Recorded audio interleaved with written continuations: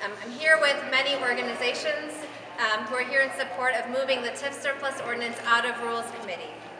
As part of the 2014 budget, Mayor Emanuel declared a small TIF surplus that will give $25 million of the tax dollars of hardworking Chicagoans back to Chicago public schools.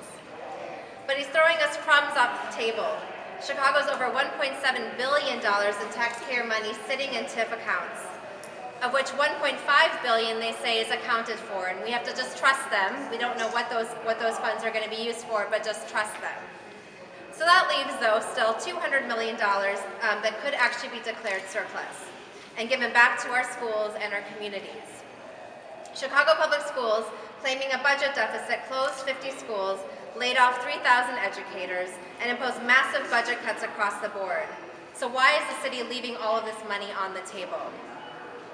Instead of our TIF money going to corporate vampires like DePaul University, instead of the city and CPS paying $108 million annually in interest to big banks like Bank of America, our tax dollars should be going to Chicago families living in the neighborhoods. The TIF surplus ordinance would release millions of additional dollars back into Chicago public schools. It could reopen the 6 shuttered mental health clinics and expand services. It could allow us to hire more park staff to keep our kids engaged and off the streets. But instead of being debated and voted on, this ordinance is stuck in Rules Committee. There it's buried along with many other good ordinances. The ordinance protecting Chicagoans against privatization, deals like the parking meters, an ordinance declaring a moratorium on new charter schools until public schools are properly funded, a resolution calling for a referendum to ask Chicagoans if we want an elected school board, and more. Rules Committee is where good legislation goes to die. The chairs and vice chairs of the Rules Committee, Alderman Harris, Alderman Suarez, Burke, and Austin, deliberately avoid bringing certain ordinances up for consideration.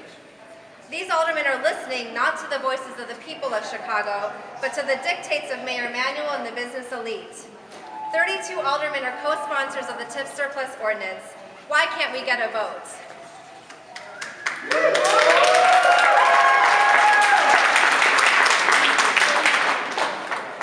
Aldermen have it in their power to use a process called Rule 41 and bring a buried ordinance out of the Rules Committee.